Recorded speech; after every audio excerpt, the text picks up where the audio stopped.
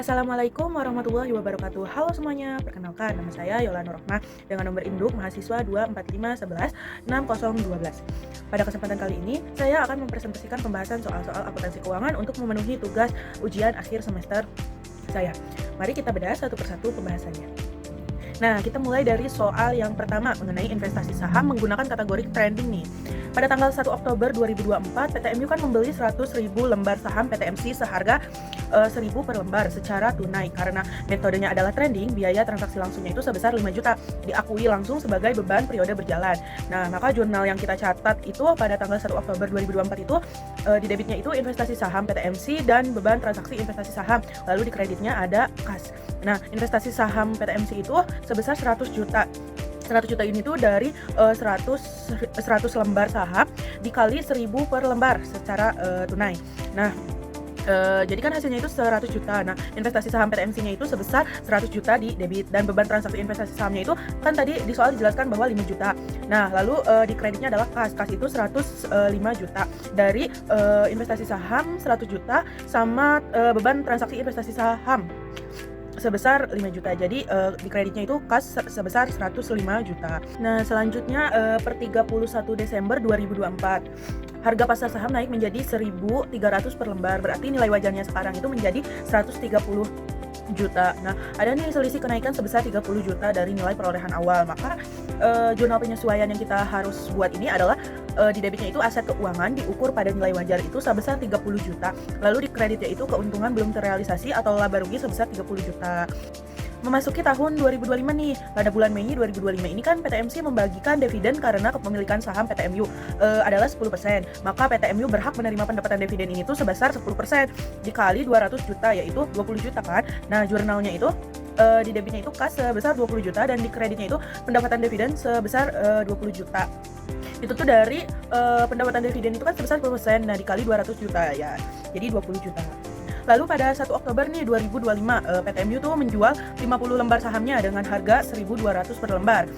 Nih, total harga jualnya itu adalah 60 juta dikurangi biaya transaksi sebesar 1 juta, sehingga kas bersih yang diterima adalah 59 juta. Sementara itu nilai buku saham yang dijual berdasarkan nilai wajar terakhir adalah 65 juta.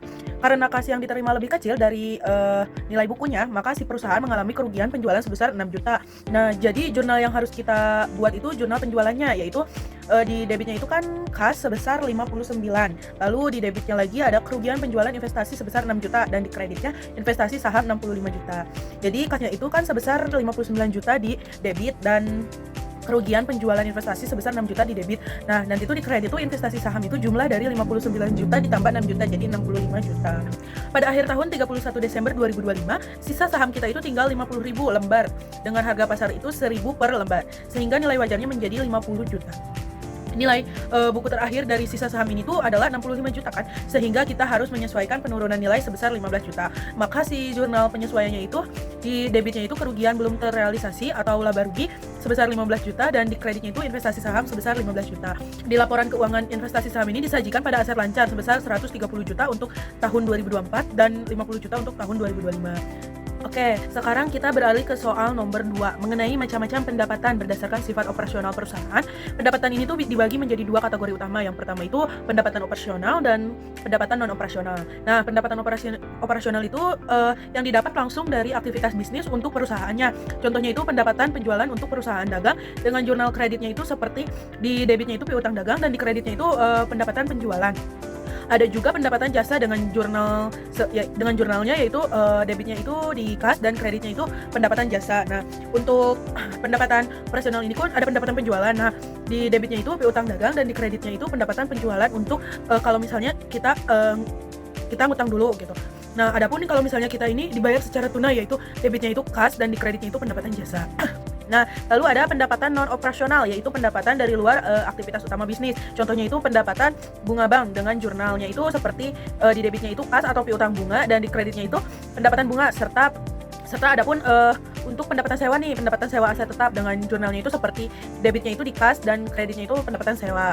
Nah, jadi di pendapatan non-operasional itu pendapatan dari luar aktivitas utama bisnis kayak bunga bank dan sewa aset tetap. Nah, selanjutnya mari kita bedah soal yang ketiga ini mengenai akuntansi sewa pada kontrak antara PT Lisa dan PT Lesi. Jenis sewanya ini tuh dikategorikan sebagai sewa pembiayaan jenis penjualan atau sales type atau financial lease dari sisi lessor. Nah, lalu mengapa? Pertama, ada pengalihan resiko karena nilai si residu dijamin penuh oleh PT Lisa, dan keduanya itu melalui pengujian nilai kini yaitu 90%-nya itu tes, dan nilai kininya itu pembayaran minimum ditambah nilai kini nilai residu mencakup 100% dari nilai si wajar aset. Dan ketiga terdapat keuntungan pabrikan langsung di awal bagi PT Lesi sebesar 50 juta. Nah, mari kita lihat nih pencatatan jurnalnya. Tingkat bunga yang digunakannya itu adalah bunga implisit yaitu sebesar 10%. Nah, pada 1 Januari 2025 PT Lesi ini sebagai lese mencatat pengakuan awal. Di debitnya itu aset hak guna dan di kreditnya itu liabilitas sewa sebesar 300 juta. Jadi untuk jurnal tanggal 1 Januari 2025 itu di debit ada aset hak guna sebesar 300 juta dan di kreditnya itu liabilitas sewa sebesar 300 juta. Di pihak lain, si lesi selaku lessor mencatat bahwa jurnalnya itu di debitnya itu piutang sewa pembiayaan 300 juta, lalu di debitnya ada harga pokok penjualan sebesar 250 juta dan di kreditnya pendapatan penjualan sebesar 300 juta dan di kredit persediaan mesin 250 juta. Nah, untuk si pihak PT Lesi ini selaku lessornya itu beda dengan PT Lisa sebagai selaku lesi, yaitu jurnalnya dari PT Lesi selaku lessor itu mencatatnya itu di debitnya itu piutang sewa pembiayaan sebesar 300 juta di debit dan harga pokok penjualannya itu di debit 250 juta, lalu di kreditnya ada pendapatan penjualan 300 juta dan kredit persediaan mesin 250 juta. Nah, lalu pada tanggal 2 Januari 2025 pembayaran pertama itu dilakukan sebesar 55.267.205,81. Nah, PT Lisa ini mendebit liabilitas sewa dan mengkreditnya di kas, sedangkan PT Lesi mendebit kas dengan mengkreditnya itu piutang sewa pembiayaan. Nah, di akhir tahun pada tanggal 31 Desember 2025 ini dilakukan penyesuaian bunga sebesar 24.473.279 perak, 42. Nah, PT Lisa ini juga mencatat beban penyusutan dengan metode garis lurus sebesar 37.600 sesuai yang ada di gambar ini nih. Nah, lalu terakhir pada pembayaran kedua pada tanggal 2 Januari 2026, cicilan sewa digunakan untuk melunasi bunga yang sudah terbentuk dan mengurangi pokok liabilitas atau piutang sewa. Nah, terakhir ini soal nomor 4 membahas mengenai pembuatan jurnal koreksi atas kesalahan pembukuan. Nah, untuk kasus pertamanya ini pada tanggal 7 Januari nih, perusahaan membeli perlengkapan senilai 220.000 secara kredit, namun salah dicatat secara tunai malah ke akun kas. Nah, untuk kita mengoreksinya, kita harus memunculkan akun utang dagang yang seharusnya dan mengembalikannya ke saldo kas yang salah dikurangi.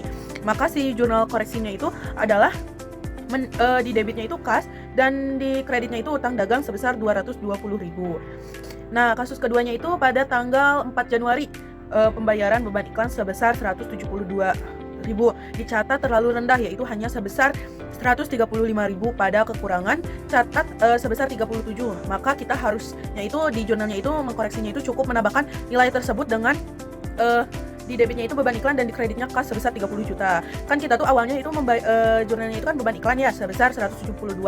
Tapi dicatat terlalu rendah, yaitu hanya sebesar 135. Maka si 172.000 ini dikurangi 135. Nah, si kekurangannya 172 dikurangi 135.000 itu kan 37.000 ya. Nah, maka si yang dicatat ini kita cuma perlu menambahkan akun, yaitu beban iklan sebesar 37.000 di debit dan di kreditnya itu kas sebesar 37.000 juga. Jadi di kasus kedua ini tuh hanya menambahkan akun, yaitu beban iklan dan kas bukan menambahkan ya, namun menambah uang yang kurang gitu. Nah, demikian penjelasan lengkap dan runtut nih dari seluruh rangkaian materi tugas UAS akuntansi keuangan saya ini. Semoga pemaparan ini bisa mudah dipahami dengan baik ya. Mohon maaf kalau ada salah kata atau penyampaian yang kurang baik. Terima kasih atas perhatiannya. Sampai jumpa lagi. Wassalamualaikum warahmatullahi wabarakatuh.